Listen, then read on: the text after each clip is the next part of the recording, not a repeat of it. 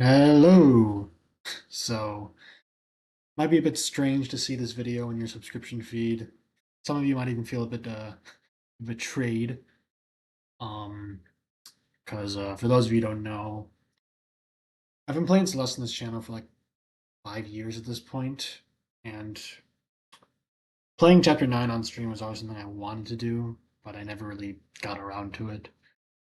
And I mean, I kind of felt like playing it tonight, but I also didn't really feel like streaming because I was, I'm pretty tired right now, and I don't really have the energy. And it's like, oh, why don't you just wait until you do have the energy? I know how my brain works. Very fickle. If inspiration strikes, it strikes, and it might not strike again for like years. So I figured, fuck it, let me just record myself playing it, and just upload that, and hopefully it'll be fun. If it sounds like I was not very excited giving that intro, it's because I've given it like 3 times already, and I was just very diligently checking my audio levels and stuff. That's gonna be a bit loud, my bad. Um, I gave that intro like 3 times already because I was very diligently making sure that my audio was fine, that I wasn't like too quiet or anything. Because fun, aka not fun, fact about um being a YouTuber and just making videos. If you're not live, you don't have anyone actually sitting there telling you, "Hey, your mic is off," or "Oh, the game audio is not recording." So you could just sit there for 3 hours like a moron and, you know, get a great, playthrough of a game and then rewatch the footage and be like, oh shit, I wasn't even talking the whole time. So yeah, that's happened to me several times. So I was very careful not to make sure. I was careful to make sure that didn't happen again. But okay, that's all the boring administrative stuff out of the way. I might as well clarify what I'm going to be doing in this video. If I didn't make it clear in the title, I think what I'm going to be doing is I do want to play Chapter 9, but I have heard from some friends who have beaten Celeste that the seasides for Chapter 7 and 8 are also pretty important. And I'm not sure, I think they said they were plot important. I'm not sure if they're necessary to play Chapter 9, but I probably should play them anyway. Um, Not only because they might, be part of the story, but also because I'm extremely out of practice with this game. Which probably not a great idea to play Chapter 9 when I haven't touched this game in like months, but sink or swim. We if I spend like the next 3 hours stuck on a single screen, then whatever. We'll see how it goes. Not sure there's much else preamble to go. I mean, everyone's favorite part of any YouTube video is the 10-minute disclaimers and like context, so I might as well just cut down on that and maybe just hop into things. Um, We need to like explain anything though. I want to make sure that I'm not like rushing into stuff. Um, I guess I'll try. Again, I'm probably just gonna like die instantly 1,000 times. And this is my YouTuber slash streamers vow that I have not played any of this. I have not touched Chapter 9. I have not touched either of these seasides. Um, yeah, this is all uncharted territory from here on out. Uncharted the video game, and now that I've got that intro out of the way, I'll switch over to the um what's it called? The full screen. Like checking to make sure that it's actually recording. Um my advice to aspiring YouTubers, don't. I'm just kidding, but it really is like super duper like difficult to actually do this. Um I'm going to trust that it's recording, which is a terrible mistake. But yeah. I mean, I guess I can give any more context and just like maybe like even like life updates as I play. Yeah, this is gonna be pretty tough. Oh my god.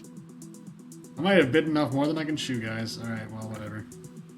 I'm also probably gonna need to do like insanely advanced tech, which I'm not gonna be prepared to do because I haven't played this game in forever. Like, I think I already need to like wall bounce, which I vaguely remember how to do. Oh my god.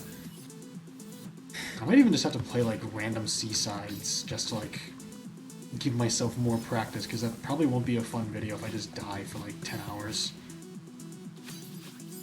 Okay, alright, but I'm just moving a bit. I feel like with most YouTubers, it's a lot easier for me to just like talk about things when I'm like doing something else. Like sitting in front of a computer, like giving like life updates is kind of boring, but if you're playing video games and there's shiny objects and funny things to look at on the screen while you give those life updates, suddenly it's a lot more fun. So, okay, I can just be smart like this. Smart. Alright, okay. So this isn't even that. This is not as bad as it looks, because you basically get a. Well, actually, I don't know. Yeah, no, I think I screwed myself. But I can just do this. I think. Yeah, okay. Alright, so it's not like if you mess up, you insta lose. Yeah, sorry if like the intro and this how I kind of am talking right now is feels a bit like stilted or a bit awkward. Like, again, I'm not really used to doing this kind of thing. Just like, you know, recording myself playing a game that is not Undertale or Deltarune.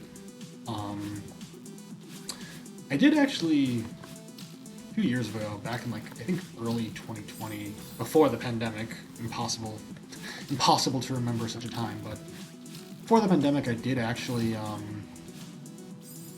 was that? It was like I got launched by that key thing, whatever. Or did the wind change? Oh, okay, that's cool. The falling spring actually catapulted me. Good game design, guys. Let's take a look. See here. Yeah, so back in like early 2020, like January 2020, I actually recorded myself playing through the Celestial Resort. Okay, not pretty short seaside unless there's more after that. I actually recorded myself playing through the Celestial Resort seaside. And it was like a whole like, it was like a 2-hour long video where I was just talking about random stuff. I talked about like Spirited Away because I'd watched that movie at the time. Pretty fun stuff, but then OBS crashed right at the end and all the footage was lost, so I kind of just never did it again. Crossing my fingers that doesn't happen this time. I mean, I think the reason why OBS crashed, quote unquote, was I think my computer just ran out of batteries. And I mean, I'm all plugged in right now, so I can't really see that happening. I don't know. But, yeah, so if it seems a bit like, if I don't seem as like, I don't know, casual or just like natural as I am in my streams, if you could call it that. If I sound a bit like nervous even, just because I haven't done this kind of stuff before. Will I do it frequently on this channel? I don't know. Probably not, honestly. I do like streaming. I don't see myself becoming like a Let's Play channel. But yeah, I think it's just that like, part of the reason is just that like, again, I've been meaning to play this freaking, not even this level, just like this part, this last stretch of this game for like half a decade at this point, probably. So I was like, whatever, I might as well just do it.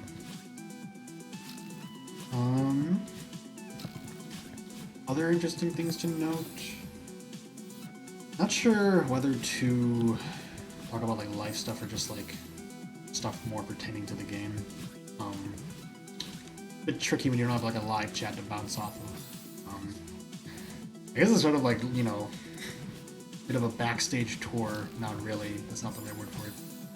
Insider scoop in the mind of a YouTuber. The wild, wacky adventures of Shamandy, the famous gamer. What was I even saying? Yeah, like, oh shit, fuck. Yeah, like, streaming and recording yourself are two very different beasts. Both of them have sort of advantages and disadvantages, but one of the biggest advantages of streaming is that you usually almost always have something to talk about because you can like ask your chat questions or like your chat can say something funny and you can talk about that. When it's just you recording yourself, you really gotta like step up your funny game. Which again, like playing a game or doing something while you talk is an easy way to do that. What was I gonna say? Yeah, I mean, if I'm struggling this much with just this level 7 B side, I mean C side, then I probably will not get anywhere in Chapter 9, but we'll cross that bridge when we get to it. I don't expect to finish Chapter 9 today. Funnily enough, my good friend Ritz, if Ritz is watching this, hello. My good friend, I mentioned to Ritz like a few weeks ago, might have been longer, but like I was saying like, oh yeah, I might stream Chapter 9, at some point, and they were basically just like, I'm gonna be real with you, Chief. I don't know if you're gonna be able to beat it on stream. So I mean, I'm guessing it's gonna be pretty brutal in terms of difficulty.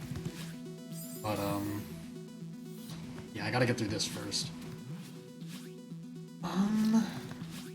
Anything else to bring up in this like sort of introductory point? Because after I sort of get all the introductory stuff out of the way and I get a bit more comfortable and into the groove of things, I probably just start talking about whatever, just like life or just like movies that I've watched or anime.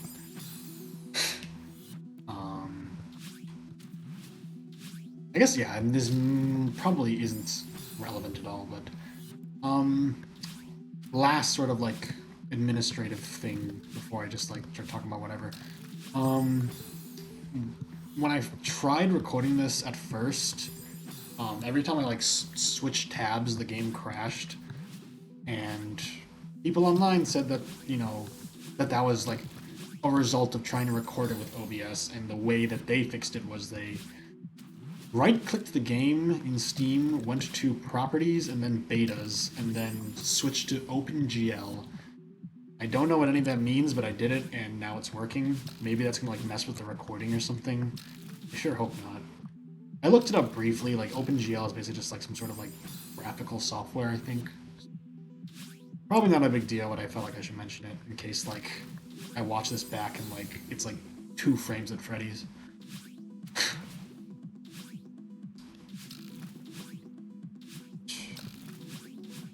I guess the floor is mine, not that it wasn't before.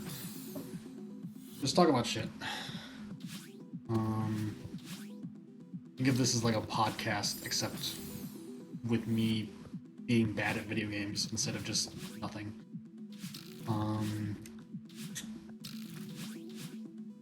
Anything interesting happened recently? I guess try to start the conversation off. I tried to be like cool there and do a wave, whatever. There's so much lingo in this game. I don't even know what this is called. I guess like sort of going down the list here. Most obvious topic of discussion for me as Shaoandy the YouTuber would be just if there's anything interesting been happening with like Untitled Chapter. Not really. I did sign up for the mailing list, which if you somehow have not heard about that, you should probably just Google it. Like a few months back, Toby announced like a mailing list for like Deltarune and Undertale fans where like I think it's monthly, but I haven't received one in a while. Maybe it's just my sense of time is skewed, but the newsletter releases whenever, I assume, and it's basically just like you get updates about like Toby Fox's. I mean, it's like there's different levels of subscriptions to that newsletter. There's like the essentials where you basically only get the newsletter when there's like been progress about the Deltarune chapters. Then there's like like a dedicated fan sort of level where you basically get in the newsletter you hear about all of Toby's works no matter what they are. Like, if you made a new song recently, he'll mention that in the newsletter. And then there's like I think Truck Freak or something was like the last tier, and it's basically just like literally anything Toby wants to put in there. I think I subscribed to like the medium tier, which is funny because you'd think I'd be like, you know, the dude who like obsessively checks that newsletter, but I don't know. I think it's a lot of information, and honestly, like, I guess this is kind of like an interesting sort of way to segue into like a little discussion. Not really a discussion, but just like something interesting I've noticed. I say as I just get stuck on the screen for like 10 minutes. Sorry if this is boring, guys. I'm not good at video games. Hopefully my riveting commentary can make it worthwhile. I might not even upload this if it's like boring, but even if I don't upload it, then like it's still fun that I, you know, spent an evening like, recording this. I might even decide that this is boring and decide that I actually do want to stream. Who knows? The future is unwritten. But anyway. I guess what I was going to mention is that, like, it is something I've thought about, like, here and there. Like, honestly, nowadays, like, you know, I built my channel around, this is another, like, just Andy rambles about his channel at, like, 3 a.m. Classic videos from, like, 5 years ago that I used to make, and then I stopped making. I guess they're coming back. Lol. You know, given that my channel sort of, like, was founded around Undertale, and, you know, I got big because of Undertale. You know, Undertale's my favorite game of all time. Deltarune came out, I played through that. I left comments on the... I left comments on the fuck. I left comments on the Deltarune Chapters 1 and 2 OSTs, etc., etc. But, you know, despite how much I love those games, you know, in recent years, you look at my channel, and I really haven't done much relating to Deltarune and Undertale. You know, I obviously did those Undertale OST sort of tier list streams recently, and those were really fun. I would have loved to do those kind of streams for like other games, like One Shot, but I already sort of made the tier list. Like, I've already made Deltarune Chapters 1 and 2 OST tier list, for example, and just, you know, just on my own time, so it wouldn't really be fun to like remake them on stream when I already know where everything's gonna go. But like, aside from those streams, I really haven't done much Deltarune or Undertale related content in a long ass time. I mean, there's the playthrough as well, but besides those two things, and you compare that to like a few years ago on my channel, like back in like 2017-ish, when I was making quite a lot of Undertale videos. I made like 2 episodes of Undertale track analysis, which is a pretty interesting little series I did. If you haven't checked it out, maybe check it out. I don't know, whatever. I made like 5 facts you might not know about Undertale, etc. I wrote a couple scripts for like just various Undertale related like videos where I would just be like talking about weird things that I noticed. But yeah, you compare that to nowadays, I really don't make much content around those games at all. And I think honestly think that like that's consciously or not, I think that's a decision that I've been making to sort of like not burn myself out on those games, because like, you know, there's a lot of people nowadays who still make like video essays and just like sort of very long videos talking about not even just Deltarune, just like Undertale, even as a game that's like at this point. Oh my! You have to wall. Yum yum yum. Sorry, I don't know what that was about. Anyway. My FBI agent's just watching me through the camera like, what the fuck was that? Anyway, let me like recover financially from getting that far and then dying. What was I gonna say? Oh my god. Okay, I mean, like, this is also tough, like, I don't know, when I'm streaming, like, it's a lot easier to like know what to say when stuff like that happens, whatever. Um, yeah, so like, even though Undertale at this point is like how old is this game? I think it came out in like September 2015, so it's like 7 years old at this point. I'm sorry if I made you guys feel old right there, because I sure feel old. Uh, even as like a 7-year-old game, people are still making like very long form videos about it, and sort of like making like AUs and like remixes and stuff. And it's like I think that's great. I'm really glad that Undertale is still relevant. I think Deltarune obviously helped a lot as like a sequel, quote unquote, to make it so that like it stays alive as a community. But even in terms of like being a fan of the games, I really don't consume much Deltarune or Undertale related content nowadays.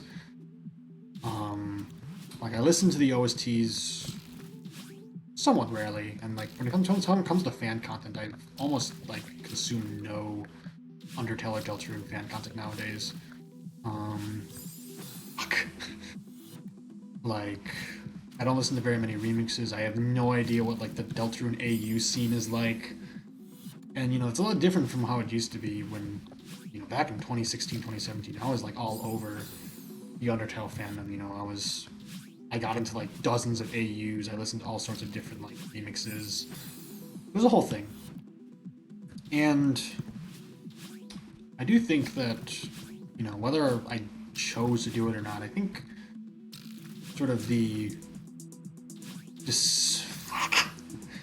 decision. I need to like keep talking or else I'm gonna like go insane from like how difficult this is. I feel like my decision to like sort of take a breathe, not even take a breather, but just sort of like not engage with the Deltarune and Undertale sort of like just space for a while. I think it's a decision that I made because I don't want to end up like a lot of YouTubers who center their channel around a specific thing, like a specific fandom, a specific media, or like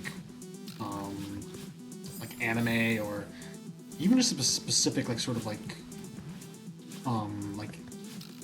topic, like I don't know, like speed runs or like science videos or something.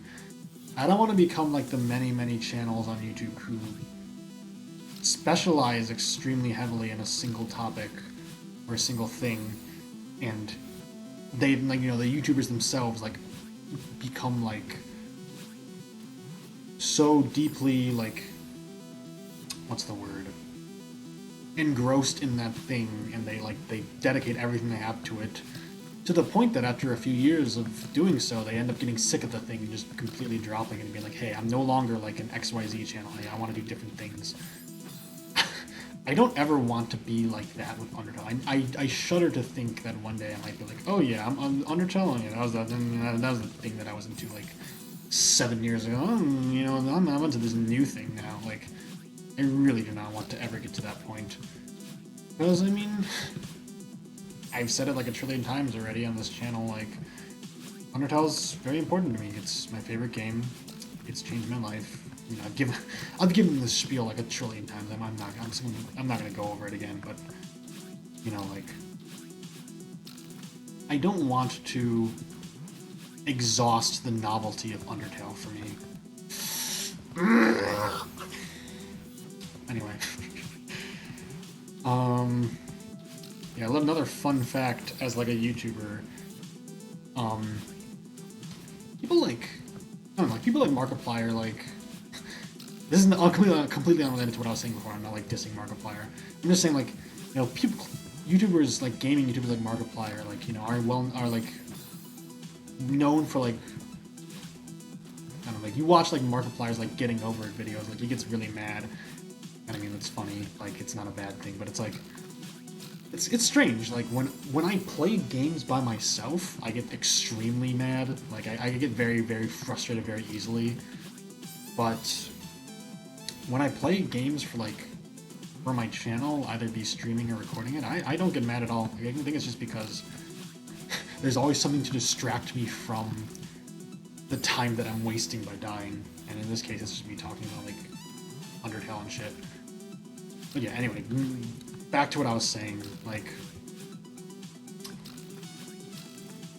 Undertale is like super duper important to me, and I never want to get to the point where like I never want to make the mistake where I elevate Undertale to such a level of importance in my life that it A, sort of like drowns out things that I need to actually be doing, like keeping up with friends or like, you know, finding some sort of like thing that I want to do with my life and like dedicate myself to. I don't want to like get so engrossed in it that I lose sight of like, you know, things in life that not necessarily are more important, but like, you know, are also still urgent.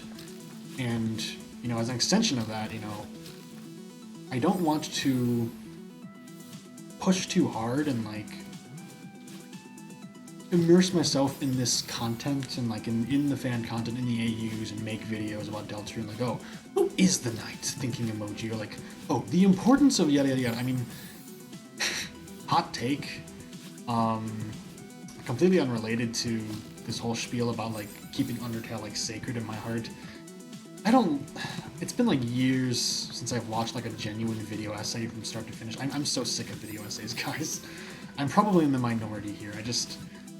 They're so long, and it's like, unless you know, most video essays aren't even that bad. It's just I've watched so many, and like, I've watched too many where there's really no point, and it's just overly long, and there's, you know, it was basically just a waste of time to watch it.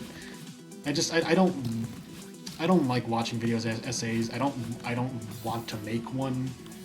So I mean, that's part of the reasoning. But you might say like, oh well, you complain about rambling and you're like the biggest rambler on the planet. I mean, yes, but I do market myself as that. I don't pretend like I'm, you know, someone who's good at being concise, or like I don't pretend like I'm not wasting you guys' time. Which I feel like is not a courtesy that I sort of get from.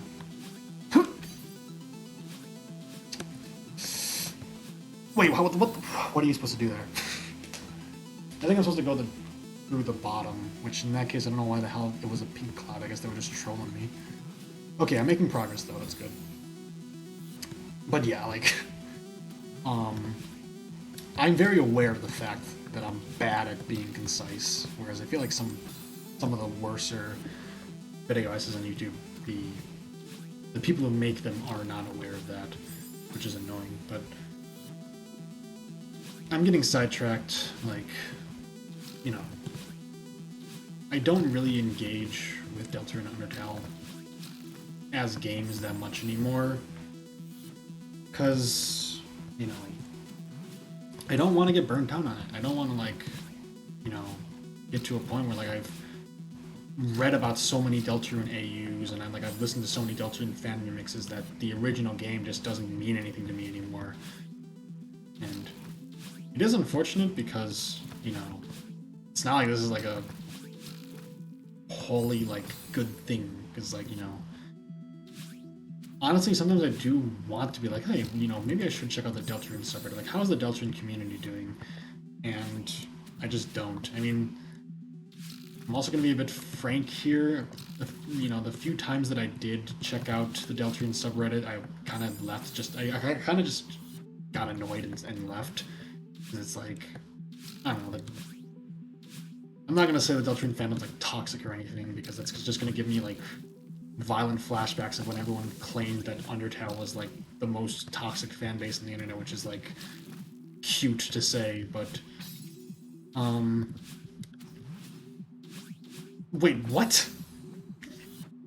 Hold on, I need to do some like sleuthing over here. I don't know how the hell do I do this. Let's see. So you go over there, and you jump. You land on the cloud. You like. Is there like some sort of tech that I need to do? So jump on that cloud.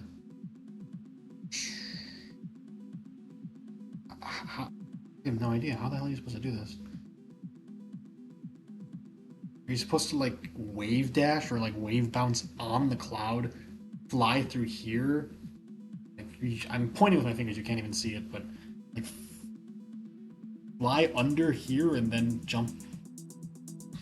Hold on.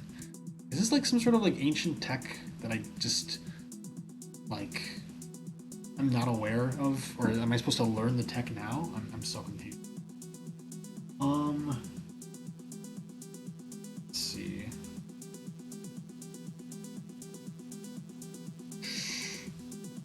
I'm gonna try the wave bounce thing. It's probably not gonna work. I mean, again, this is where streaming has an advantage. If you get stuck on a let's play or like on a recording, then there's not much you can do except just like look it up. Whereas if you're streaming, you can have, you know, helpful chatters tell you what to do.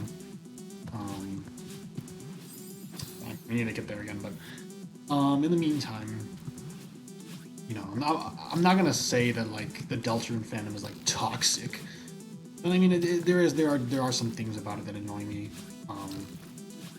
Not anything major, just like for some reason there's a lot of people in the Deltarune community who just like vehemently deny that Gaster will at all be involved in the plot, which is like I don't know why you choose this hill to die on, but like they're pretty obnoxious about it. But you know, just you know, relatively small stuff like that. But like, you know, sometimes I do wish that I was a bit more involved in this, you know, in that community, in that space, because you know I love these games. I kind of do want to talk about them, but I don't know. I think I've already like dedicated like 7 years of my life to Deltarune and Undertale, and you know, I mean, any sane person would look at me and be like, "You want to be even more involved in this community? Like, you, the guy who I think I'm talking a lot about myself, might be a bit like narcissistic, whatever. This is it's me recording myself playing. If this isn't interesting, then you can skip around. Might even just include like timestamps of when I like levels, because this stuff isn't, you know, too important to like listen to. Again, I guess just thinking about this like a podcast. Okay. No, that just tosses you up in there. Okay, I legitimately have no idea what I'm supposed to be doing. Doing it wrong? You jump up, you grab that.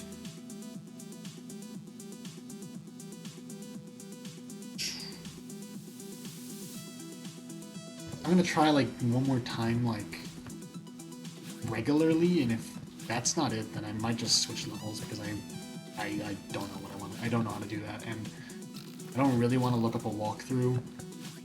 That's cheating. But yeah, like, you know, any sane person would be like, oh, you know, you've already made like 100 covers of songs from that game, from those games. You left comments on every single track from those games, you know.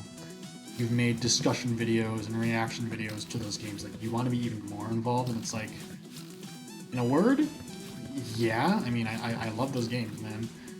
But I think it is sort of like, I'm kind of taking preventative measures, sort of, you know, in a very sort of like unconscious way, I guess. Like,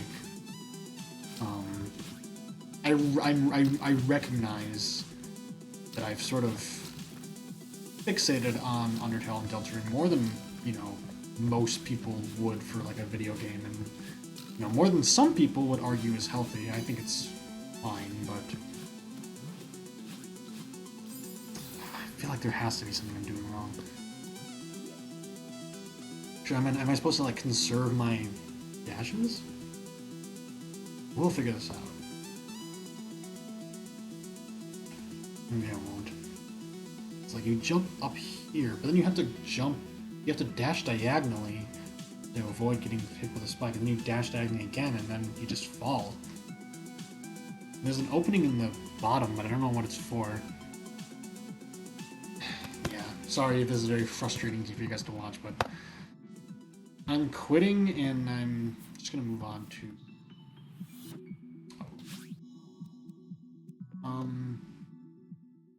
I'm quitting the level, and I'm just going to Lol. I'm just gonna try the seaside of chapter 8. I mean, it's probably gonna be even harder, so I don't know why I'm really doing this. Oh wait, no, I can't do it because I don't think I have all the hearts. Shit. Fine, I'll just pull up like a video on my phone. This feels dishonorable.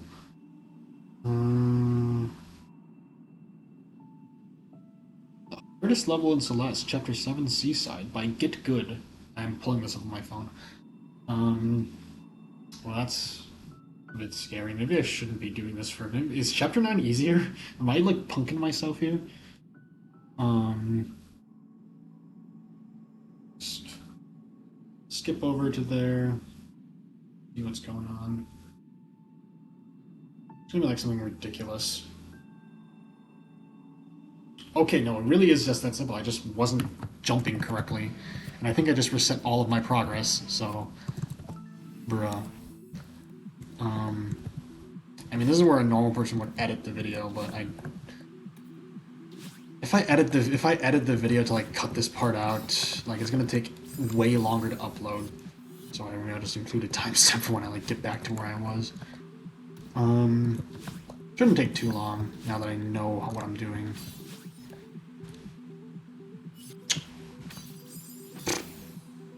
But yeah, like, just to wrap up what I was saying, because I feel like I've been talking about it for too long at this point.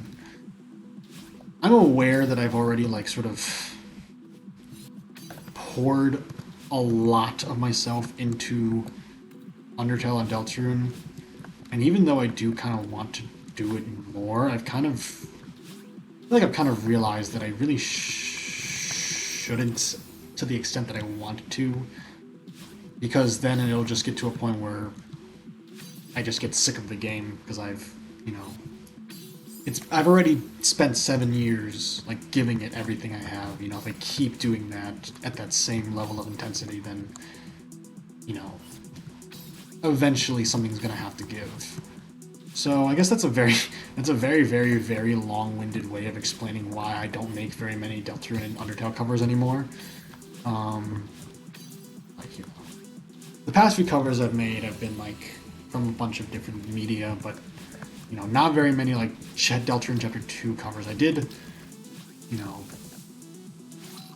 I did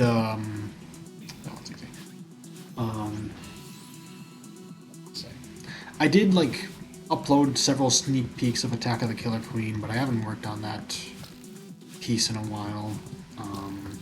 Just sort of like, again, I think it was a case where I kind of like pushed myself to learn it too hard, and then I just kind of got burnt out on it. Maybe I'll come back to it someday. But yeah, I'm trying to take things a bit more, what's the word? I'm trying not to like run myself into the ground when it comes to UTDR content. So I guess that's like the single sentence summary of what I was saying, all spending like 40 minutes talking about. Hopefully that makes sense. I don't think anyone's like has like pitchforks and like knives ready to be like, oh, if you're not gonna upload 10 trillion UTDR videos, you should die. But it's not even really something I needed to talk about, but I think it is interesting to discuss at least. Something to get off my chest, perhaps. So there's that. Anything else interesting to talk about?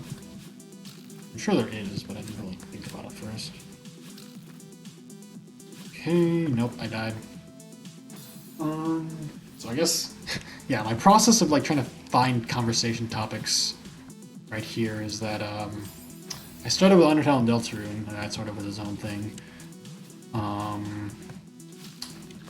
That's like the most relevant to my channel.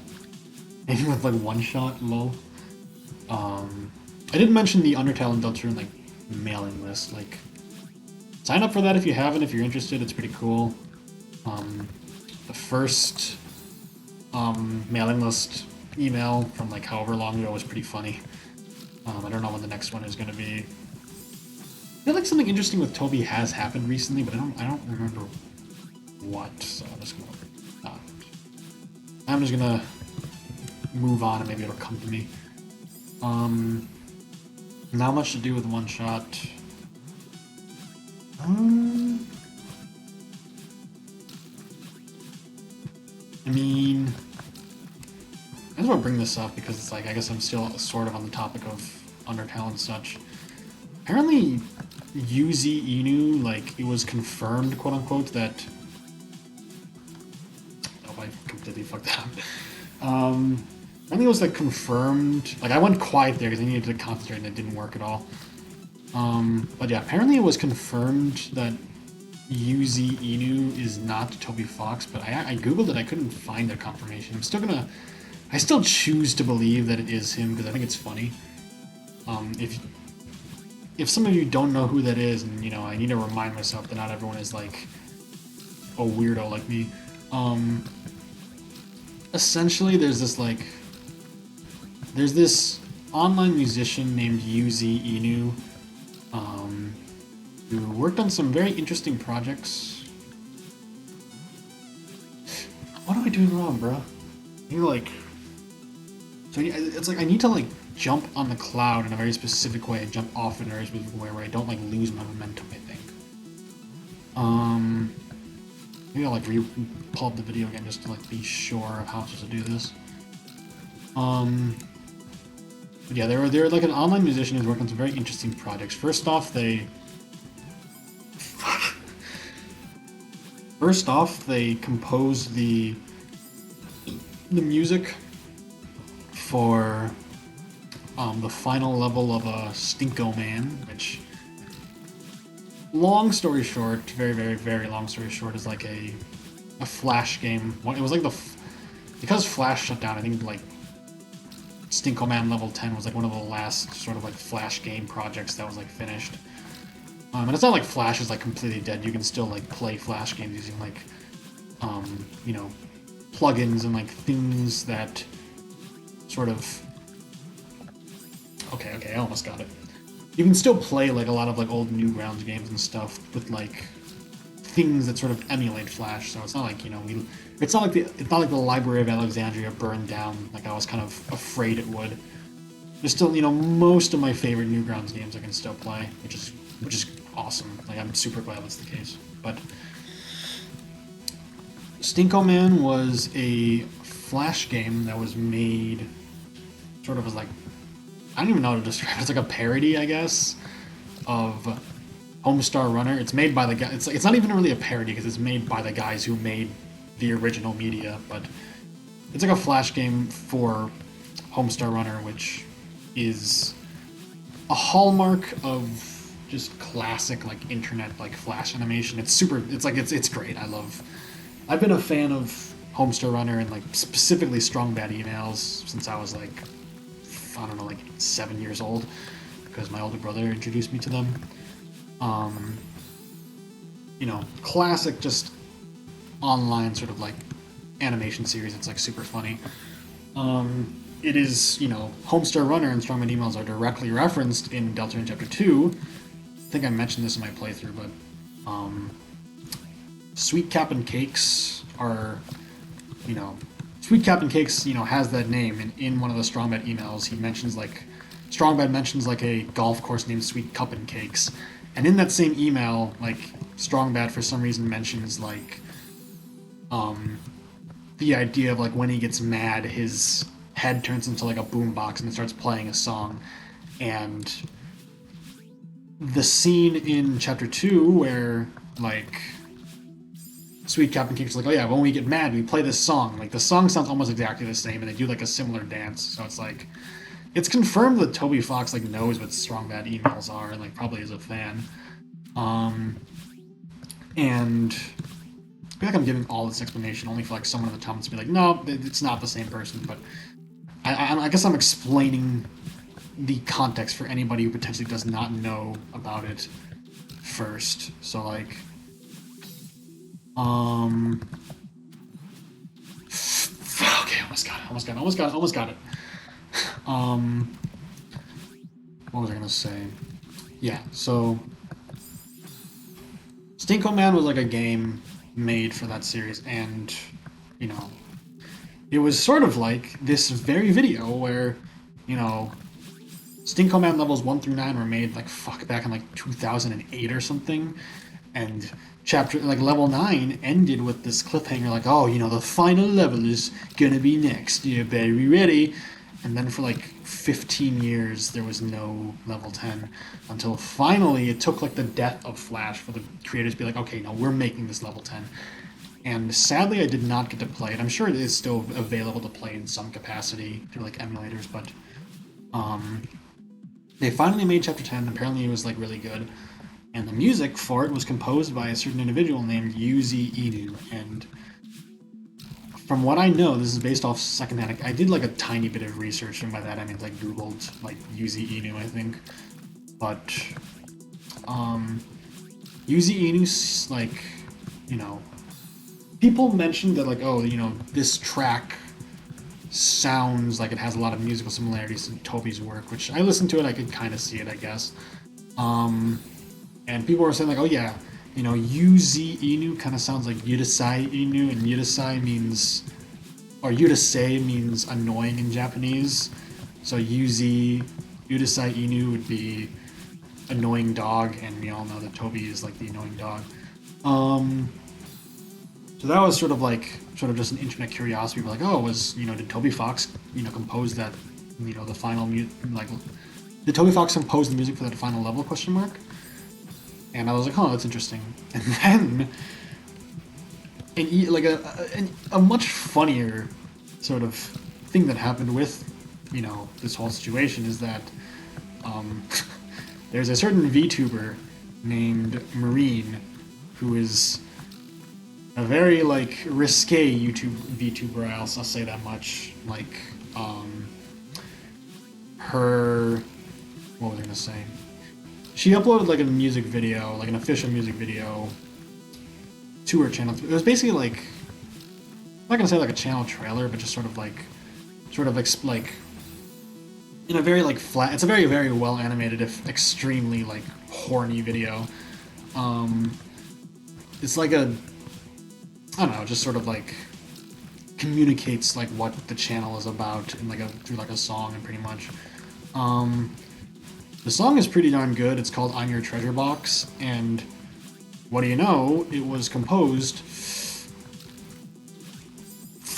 Okay, I'm making progress, guys. It was composed by Yuzi Inu as well, and some people say it sounds like Toby's work. I don't really see the connection, but what made it even more fascinating is that Marine, a lot of YouTubers have done this, but Marine did do a playthrough of Undertale on her channel, and specifically Toby Fox mentioned, tweeted at her, being hey, I watched your playthrough, it's pretty good. So I don't know. I mean, again, apparently it's been deconfirmed. Apparently Yuzi Inu and Toby Fox are not the same person, and it was proven somehow. But I looked it up. I couldn't really find any evidence. So I'm just gonna assume that they're the same person because I think it's funny. I think it's funny to think that Toby Fox worked on these two very, very big, very interesting projects under a pseudonym. But yeah, I don't know. I feel kind of weird talking about this. A, because I might be spreading misinformation that could be easily disproven through a Google search, and B, I mean, I'm talking a lot about potentially one person or potentially two people who I don't know personally. I'm one of my a news channel. But yeah, I think that's everything that I can't really think of anything else to talk about in regards to just Undertale, etc. No one shot. I mean, the one shot came to Switch a while ago at this point. I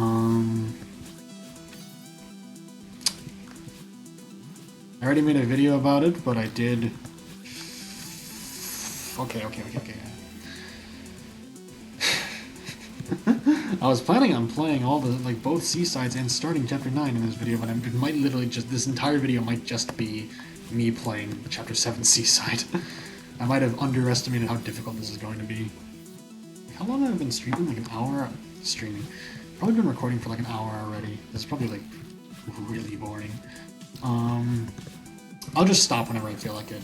Like, whenever I feel tired, I guess. What was I saying?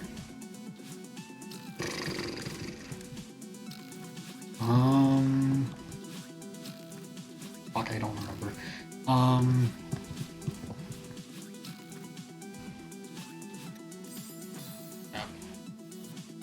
Crap, what was I saying? Whatever, I lost it, it's fine. Most, like, coherent Shaoandy video. I guess I could, like, open the floor to, not the stream viewers, but just the comment section, like, you know, I ask them, like, you know, what have you guys been up to? How? Okay. How has 2023 been treating you? You know, like, any interesting, any games that you guys have played recently? Any game suggestions, honestly? I did actually make a Google like spreadsheet at the behest of my good friend John Smith. I made a Google spreadsheet just listing like my backlog for all the games that I want to play. Celeste is on there because I technically haven't finished it.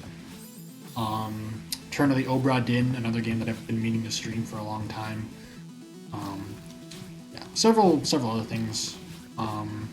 Maybe I can like post a link to it or something. But yeah, any game suggestions y'all have, you can post in the comments, I guess. Can't guarantee that I'll get to them, you know, quickly, but could add them to the pile. It's always nice to have more games and variety to sort of play around with on this channel. It will be a bit sad because I mean, I guess this is actually gonna, assuming that, you know, things sort of continue at this pace, and you know, let's say I finish this seaside and I start the core seaside, but then I get tired and stop. Honestly, it's probably gonna work out pretty well because then that means that I can just do the rest on a stream, and I don't need to like basically just rob, you know, you guys of the ability to watch watch me play Chapter 9 live. So, I mean, I started this video with the full intention of just playing Chapter 9 on in a recording, but I guess I might not do that, so that's kind of... If it turns out that way, that'd be pretty nice. Oh my god. It's okay. It's okay. It's okay. Do like the Patrick Bateman, like slowly zoom into my eyes as I like stare blankly at the camera moment.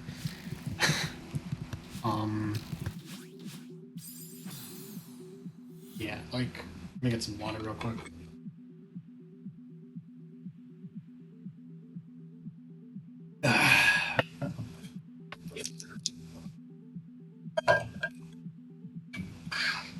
Hopefully that was not too loud. But yeah, feel free to leave those things in the comments.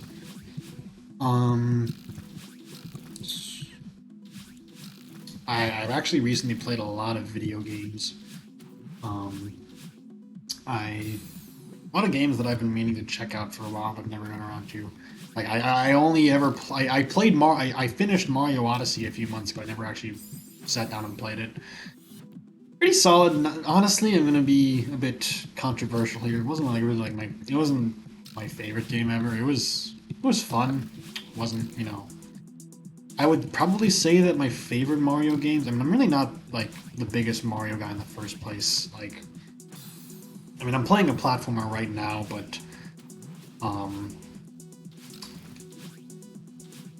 I'm not too much of a platformer guy. I don't like how, you know, a single sort of missed jump can just make you die instantly. You know, like, I think Celeste does it well because like the respawn times and like just the downtime when you're not actually playing is very minimal, and you know the controls are very precise. So you know you always feel like it's your fault when you die. And it's not like, oh, you know, I slid too much when I ran or something, like, oh, stupid game. Yeah, like I'm not the biggest like Mario guy in the first place, but I would probably say my favorite Mario games were uh, 3D World and New Super Mario Bros. For the DS. Because I played a lot of the DS game when I was growing up, and 3D World is just a really solid game. I have not played any of like the RPGs. Like I haven't played like Paper Mario. I haven't played Mario and Luigi. Although maybe I could because like some of those games are being ported to Switch. I don't want to sound like a Nintendo shill. I'm not gonna talk about like the latest in gaming, and that's kind of boring. Um, like I'm not gonna like talk about like the Nintendo Direct, like what I'm on like a news channel. Um, but yeah, I mean I'm not the biggest Mario guy ever, like in the first place, and like Odyssey was fun. It might have just been that it wasn't necessarily my thing. I would give it like a B. It was good. Um, Talking about a game that is not a B tier and is in fact one of my favorite games of all time now. Be prepared to cringe if you yourself are cringe. Metal Gear Rising: Revengeance, which fun fact I think turned 19 turned 10 I think either today or yesterday. Um, Legendary video game. If you're of the opinion that it's just a dumb meme game that like has it's just like oh the internet's just drooling over because it's a dumb meme game, this is just stupid. Maybe I mean maybe that's what you know if you play it and that's what you think of it then more power to you. But I mean when I first saw clips of the game back in like 2014, that was my reaction. I was like, oh, this game looks super stupid. It looks just like a meme. But then I actually, but then the internet like lost their shit about it for the past like year. They just been like drooling over the game. And I was like, I decided to be like, okay, let me check this out. And I played it and it was fantastic. Like, music is amazing, story is fucking great, characters are like just fantastic. Gameplay is really fun. It's incredibly jank, but fuck, who cares? It's very fun. Um, would highly recommend. I would put it in my like. I would put it in my top 15.5 games of all time, which is the range thing to say. I wouldn't bump any of my top 15 games off of like where they are to slot in Metal Gear Rising, but I also think it deserves to. And I don't feel comfortable putting it at number 16, so I just consider it, on my list of favorite games, it's number 15.5, which is a normal thing to say. I swear that I played other games recently also. What else?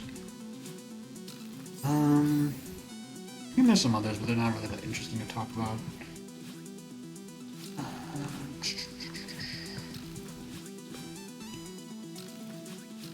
Could talk about like.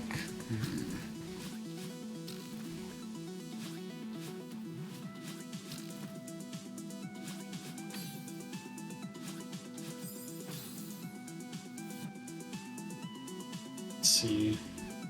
I don't want there to be too much like dead air where I'm just playing and not saying anything, but then again, like, probably is like, part of the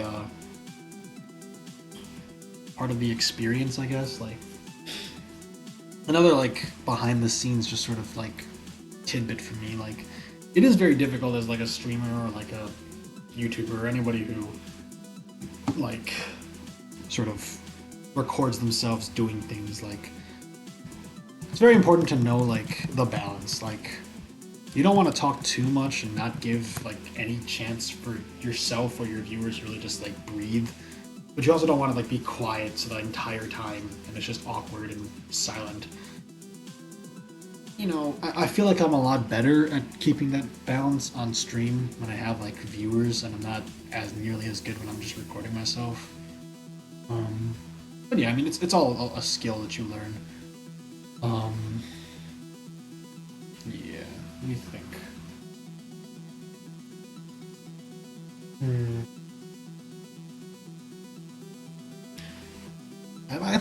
I think I could probably take this opportunity to do a little bit of a segue into.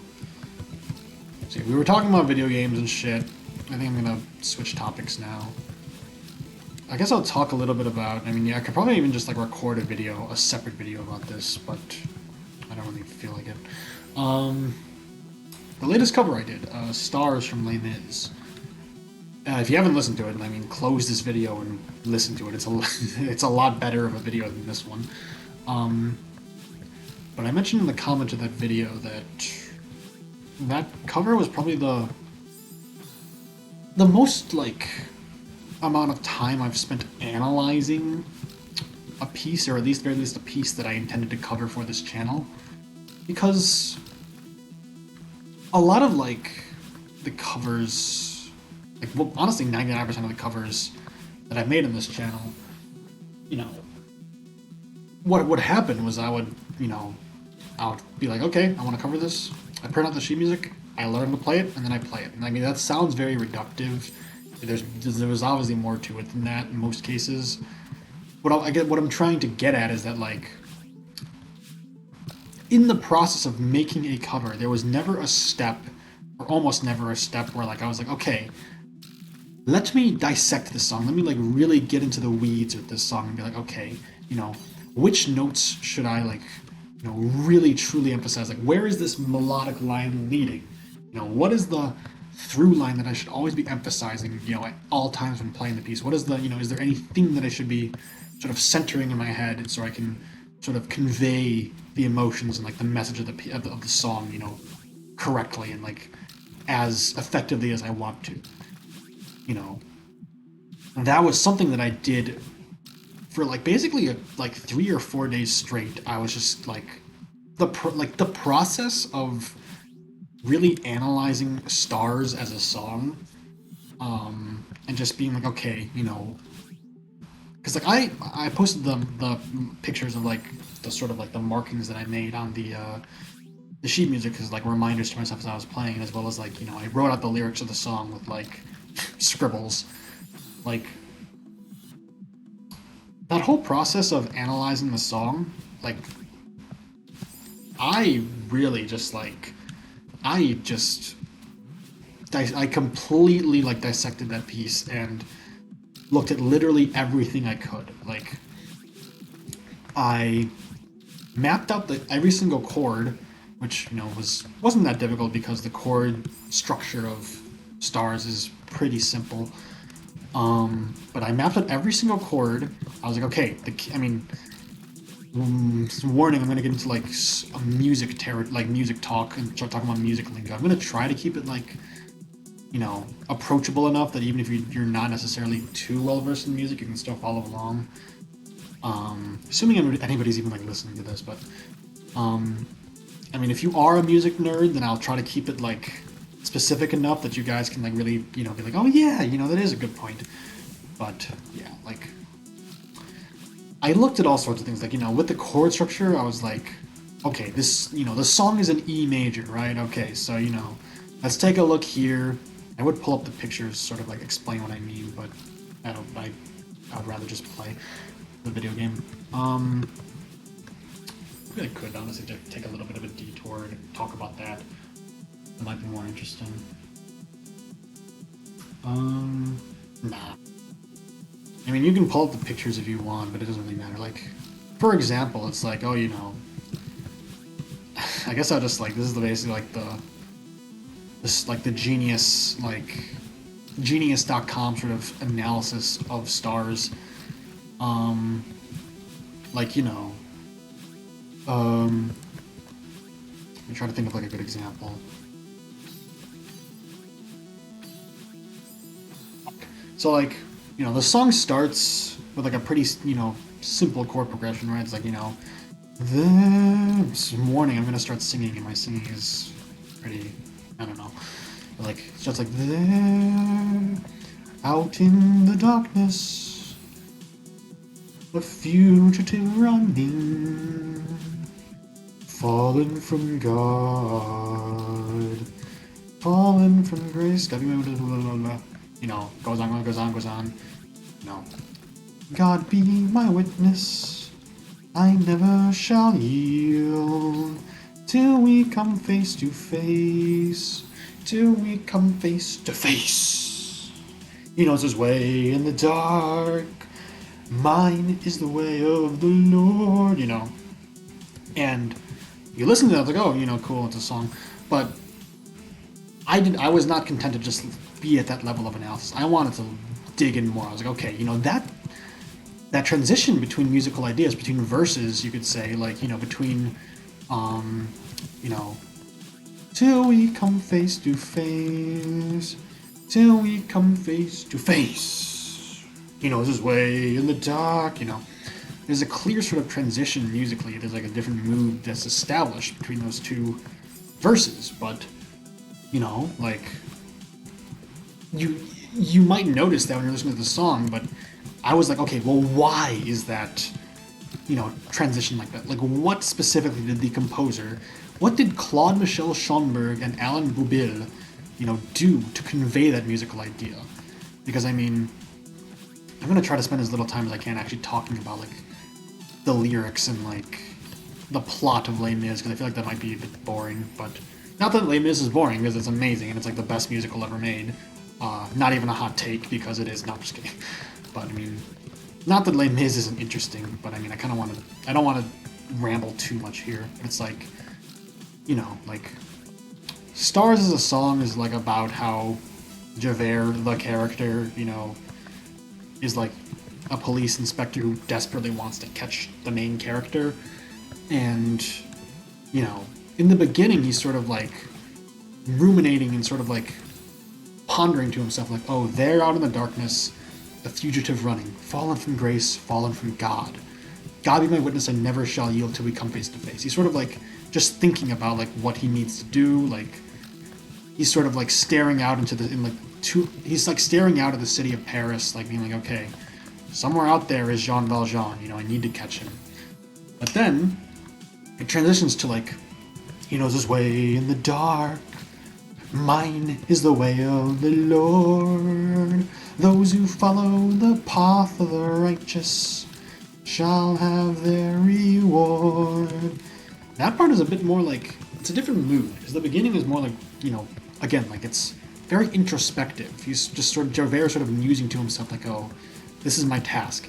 But that specific verse is more like Javert sort of like reminding himself of his like, why he is the one who is qualified to catch Jean Valjean. He's like, he's sort of comparing himself to Valjean, like, mine is the way of the Lord. He knows his way in the dark, but mine is the way of the Lord. Like, there's sort of a more like insistent quality to it. He's sort of like asserting to the world and to himself, like, yeah, I'm in the right here. I am doing what's correct, and I'm going to catch this guy and I'm going to have him punished. There's a different mood, and you want to know how musically the absolute Chad, Schoenberg, and Boublil conveyed that? You want to know how? This is like basically just like Stars track analysis. The chord progression for the first verse is pretty simple. It goes like, I think E. I don't like playing the song in my head. E, B, C sharp, E again, A, F sharp, B, and then E, and then it repeats. Pretty simple, right? Well, I mean, not that some of you would know, but that's like not too crazy of a chord progression. Just take my word for it. But what you need to know is that, or I guess to explain, like the chord progression goes like like E yada yada, and then like it goes. The last two chords are B and then B7. You do not need to know what a B7 is, but what you do need to know is that traditionally B7 or traditionally in the E major scale, the B7 chord is supposed to, not supposed to, but it typically is followed by the E chord. Like it goes like dun dun, like not honestly 99% of songs like that are in a major key end with like 5/7 to 1. Like that's like there's a name for it. That's like, I think it's like the dominant. I don't remember what it's called. I haven't learned musical theory in years, but like the dominant 7 to the tonic is like the tried and true way to end a song. Like, that is like, I don't even know why, but like in musical theory, it's like dun dun, like dun dun. That's like, you play the 5/7, you're probably gonna play the 1 next, because like that caps off, the 1 sort of caps off the musical idea that is introduced by the 5/7. So normally, after playing the B7, you would hear E right after. So it goes like, till we come face to face. And here's the B7. Till we come face to face. It would be an E. But what actually happens in the song is, till we come face to face.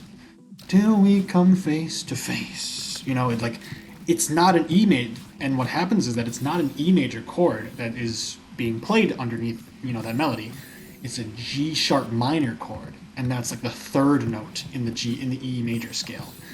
That is not that, and that sort of robs the listener of that sort of resolution. You would think that after Javert has sort of like reminisced a little bit about what he needs to do, he would come to like he would be like, okay, there's a fugitive out there, I'll catch him. Great, end of that idea. But no, Javert takes it further. He's like, there's a fugitive out there, and I'm better than him. I'm going to find him no matter what. There is more to his ruminations, there's more to his thoughts, and that musically is conveyed by the fact that the chord progression doesn't end there. It transitions into a G sharp minor chord, which then becomes an A major chord, and then a B7 chord, and then finally it goes to E. But then after it goes to E, it goes E7, and then it like switches to like fucking C major, D major, and G major chords, which like those notes aren't even in the E major scale. Like, it goes like, shall have their reward, and if you fall as Lucifer fell, the flame, the sword. So how the chord progression for that is like, you have, and if you fall, E7, as Lucifer fell, or wait, it's like, yeah, and if you, that's E7, and if you fall as Lucifer fell, that's C and D, so fall as Lucifer fell, or I think it's specifically fall as that's a C major chord, Lucifer fell, that's a D major chord, the flame, the sword, that's a G major chord. That is very bizarre because,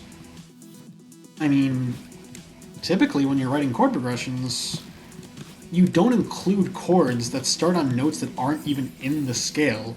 Like if you're doing if you're making a song in E major, you typically only use chords that are in that scale, because if you don't, it'll sound out of place, it'll sound sort of bizarre.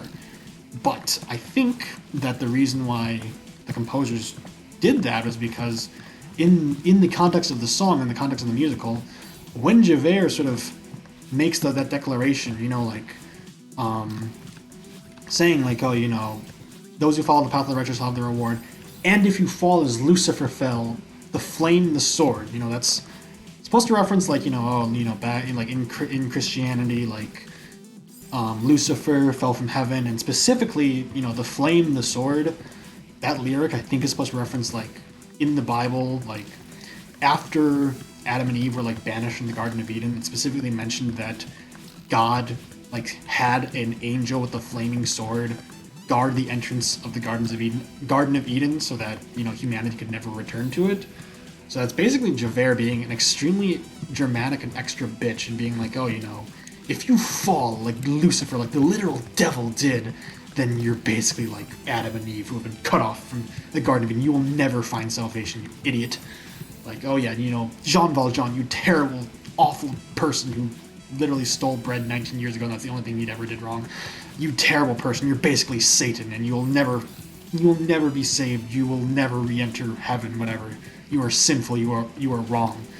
That is a very grand statement to make. It's a very presumptuous statement to make. It's Javert sort of taking on the moral position of basically God himself, making these grand sweeping statements. And he, Javert as a character is someone who feels like he is in a position to make those, judgments because he views himself basically as the law itself. He views the law as an extension of God's will, and he views himself as an extension of the law. So he's basically an instrument.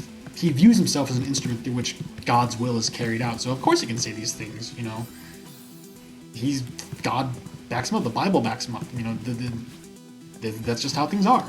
And so I think, you know, tie it back to what I was explaining. The reason why the chords for those lyrics are sort of out of the ordinary is emphasize like how daring like Javert is being, how he's making these grand, like boisterous claims, and the music, like, you know, when you listen to the actual song, the orchestra swells as he sings this. This is just an extremely bold statement, and it's like that level of analysis I did not do for like 99% of the songs I covered for this channel, and I don't think it's necessarily a bad thing that I didn't. I think honestly, for a lot of the songs I did cover back in the day, it's probably best that I didn't do so, because I think, like, with Star specifically, like, you know, Javert is a very, like, methodical, very logical, and, you know, rational character, and, you know, Stars is a very, like, interesting song because, you know, it's really the only glimpse up until the end of the musical when something very sad happens. It's really the only glimpse that we have for most of the musical into, like, how Javert's mind works and, like, what he feels underneath, like, his exterior. Like, it's this very, very, like, vulnerable, very, very, like, just palpable moment where, like, Javert, this hard-ass, like, police inspector who has hounded our main character throughout the entire play, who has been a huge asshole the whole play, just sort of in the privacy of the night, just staring out at the stars, just reflecting on what motivates him, and reflecting how honestly how beautiful he finds God's creation, and how he feels as though he's doing what is right. He is helping the world by, you know, doing all these terrible, corrupt things. And it's like, you know, I wanted to convey that sense of, like, this very, like, quiet moment of respite where it's like, you know, finally we get to see what's underneath this person, what makes this person tick. But even then, I didn't want to, like, go overboard with, like, the rubato and, like, you know, play the song super slow and then super fast and, like, just mess around with it, like, really pour my heart out into it. Even in the final take, I wanted to maintain this feeling of, like, not rigidity, but just, like, composure. This, I guess, the sense of discipline almost. Like, even when I took time to, like, really stretch out a note because it was, like, important and I really wanted to emphasize the emotional sort of aspect of that, like, the melody that it's part of, I kept the piece going. I did not let the piece, like, stall out, you know, and just, like, lose its forward momentum, you know, for like, I did not let that happen, you know, for more than just, like, a second at a time, because at the end of the day, it's Javert. Like, if I played it, like, super duper romantically and, like, super duper, like, sentimentally, it wouldn't be Stars. It wouldn't be a song that Javert would sing.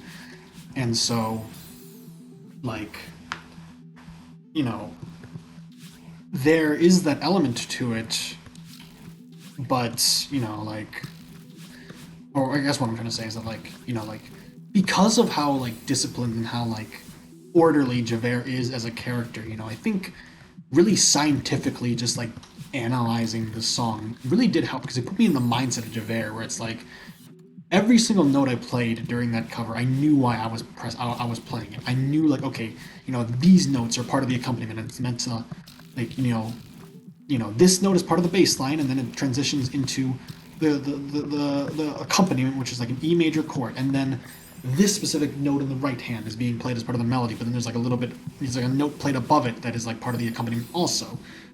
I was being very, very scientific about it all, and I think that worked really well because, you know, it's Javert. It's, you know, if Javert, in, like, the actual world of Les Mis, were to sing a song, this is probably how he would do it. He would very, very carefully analyze, like, exactly how the song is structured, and then, you know, sing it to the best of his ability based on, you know, the fruits of his findings. I think that really works, like, and it fits well with the song. When you take a song like, I don't know, Heartache or something, which is a lot more emotional of a song, it's a lot more heartfelt, but up and down, of a song, and you try to apply that same sort of logic to it, I don't think it would work. I mean, maybe it would. Um, not that I've really tried, but what I'm trying to say is that like I don't think I don't know whether or not like going through the pieces with like a fine tooth comb, like I did with stars. I don't if I'd been doing that from the start of this channel, I don't know if it would have made the covers any better. Um, I honestly have no idea, but it was a really fun thing to do, and again, it was something I really never did, even with like the pieces that I played, like seriously, quote unquote, like the pieces by like Chopin and by Beethoven that I played, like so I could play them at recitals and stuff, and then I practiced them for like 2 hours a day. Even then, I didn't really get into the weeds with them like I did with this song. Honestly, it might just be because I didn't really have the patience or the drive to back then.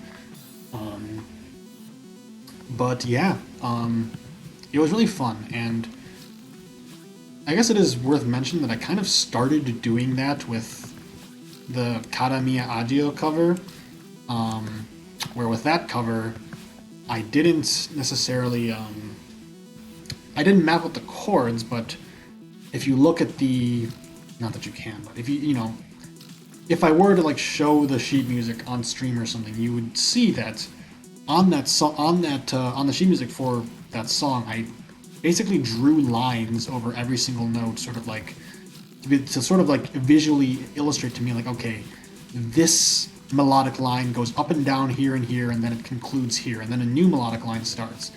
Because I kind of did that with Cara Mia Agio, because it's like that song is like that song is meant to be sung by an opera, and I'm just one dude at a piano. So like, it presented a very unique challenge because I needed to basically pretend like I was an opera. Like with my two hands, I had to play like 4 or 5 voices at once, and I needed to be intimately aware of which notes were part of which voice, so I could know which ones to emphasize and which ones not to, and like switch around which ones were the most important at a given time. So that was sort of my first taste of like really marking up the sheet music, being like, okay, emphasize this note, and then this melodic line, make sure it gets followed through here. Um, but I didn't know about the chords for that one. Then moving on to the not really the cover, but the video where I sort of played the chorus of Helena by MCR. That song I actually did map out the chords. I mapped out the chords. I didn't make a cover of it because I kind of lost the motivation to, but I mapped out the chords of that song and I wrote those chords in the sheet music. And I think knowing what the chords were really helped me play the song in a more emotional way, and I think you can kind of tell in the short little video I uploaded. But with Helena, I didn't sort of map out the song. I didn't map out like where certain melodic lines were leading and such. Stars was the first time that I combined the two practices, and I sort of like, not only did I map out the chords, but I also mapped out the melodic lines, so I would know where each sort of musical idea was heading.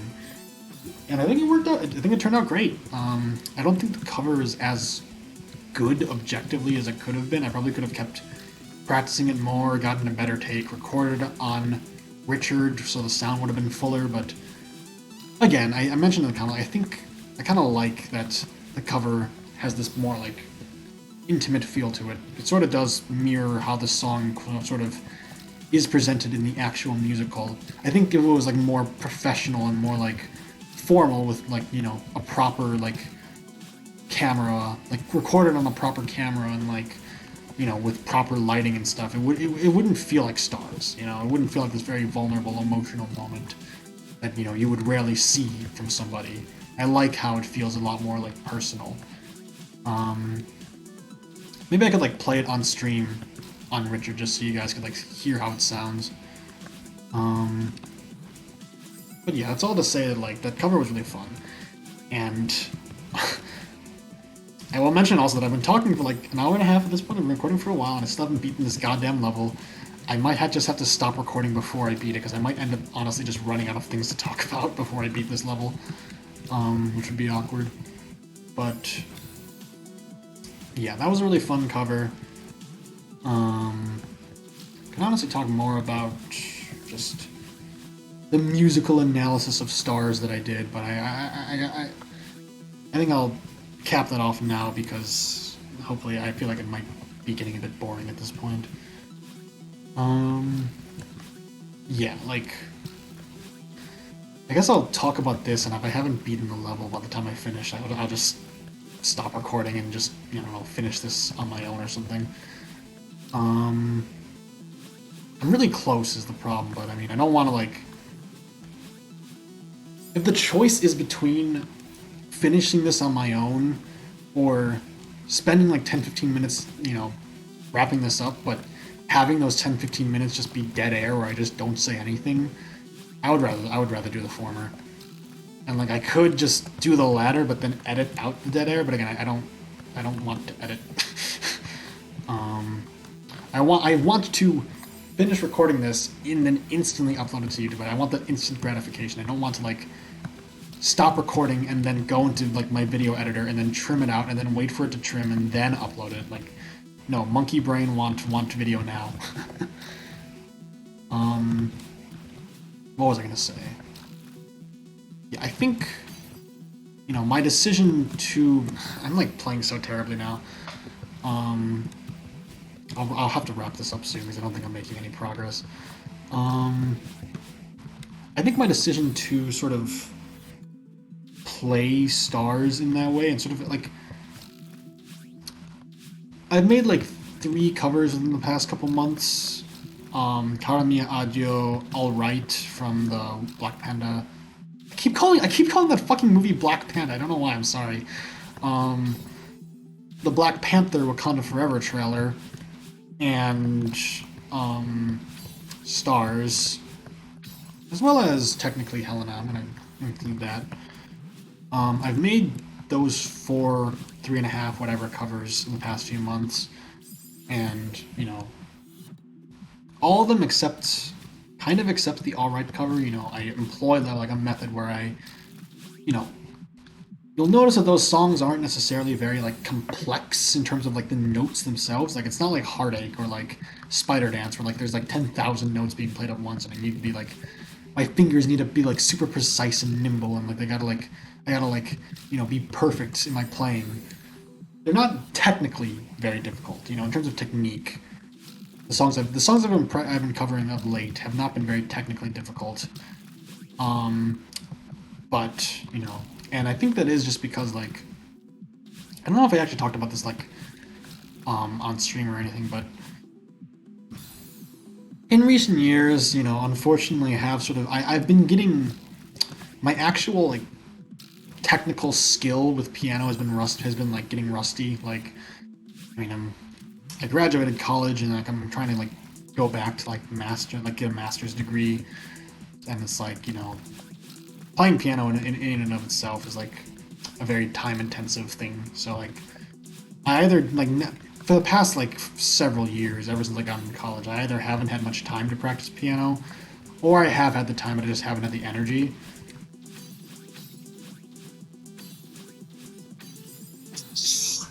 I thought quieting down would let me do it. Nope. But yeah, like, what was I saying? In the past, like, 5 years at this point, I really haven't had much time to practice piano very much. And, it's the natural result. I mean, literally anything. It doesn't matter how long you've done something. If you stop practicing it intensely for like 5 years, you are going to get a bit rusty. Like those skills are going to deteriorate. It does not matter what it is. And so yeah, the unfortunate truth is that like a lot of like the crazy like pieces that I could play back in the day, like all the crazy like sort of sections of like Spider Dance or like Heartache or like Chopin's Ballade No. 1. Those sections that are like super difficult to play that I used to be able to play however many years ago. I can't really do that anymore. I just the dexterity isn't there anymore, and it's like I could obviously I could just like practice until I get it back, but again like time and energy, they're not on my side. So it's like, I guess what I'm trying to say is that like I've kind of been trying to compensate for that in my recent covers, and especially in like my recent piano streams, where it's like I've been trying to compensate with what I've started lacking. Not even lacking, but like I started trying to focus more on like the emotional aspects. I've been trying. I guess like if I'm like a video game character, right, let me talk about it in video game terms. If I'm like a video game character, and it used to be like my stats were kind of spec'd to be like I don't know, like 65 points were put into like technique, and like 35 points were being put into like the emotionality of the piece, and really like getting into like trying to make the listeners like cry their eyes out, or like sing along and like triumph or something.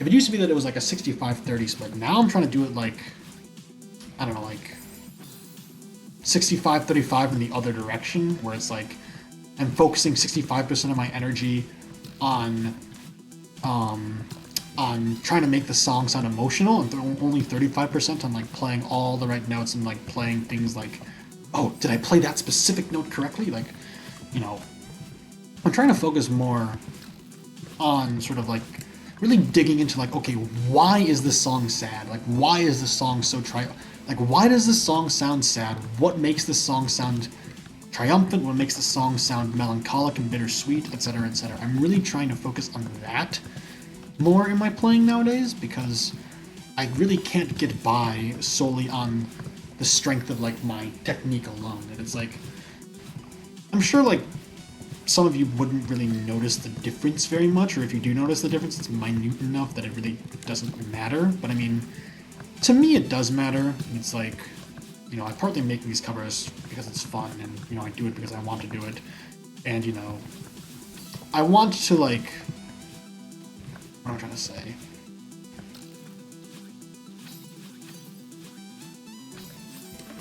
I can't do this, guys. Oh, fuck.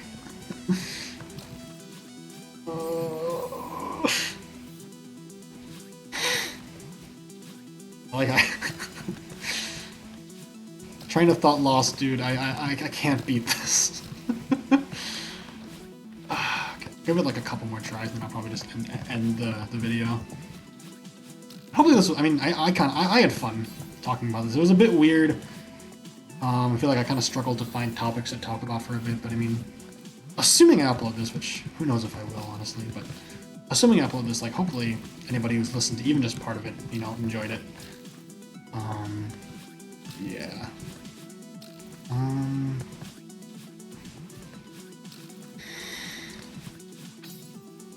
Okay. Oh yeah, I feel like I should also mention that, like, I do have, like, a noise gate. I have, like, a noise filter on my mic, so, like, if I'm, so quiet sounds don't get picked up, so, like, you don't hear, like, the buzz of, like, I don't know, like, electricity, like the lights in my room or something, you don't hear that. But, I might end up, like, talking too quietly. There are probably various points in the video where I talk too quietly, and it's just certain words or sentences don't get picked up. That's my bad. But yeah. Gotta focus. I want to beat this goddamn level before I go to bed, man.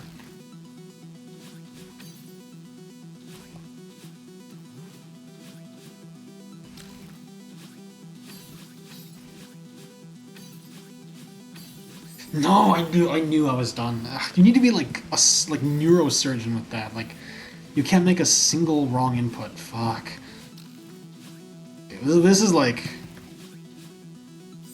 this is the last try. Next one is the last try, I promise.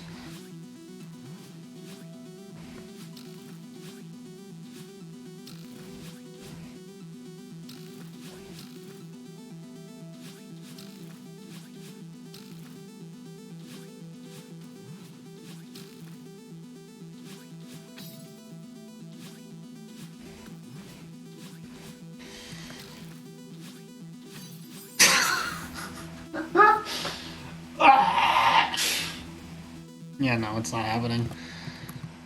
Maybe I'll come. Maybe I'll just try to finish this on my own. Maybe even I'll just like save this for like a stream, like because I might end up feeling like I might be in the mood to stream like tomorrow or something. So I might just finish this up on a stream.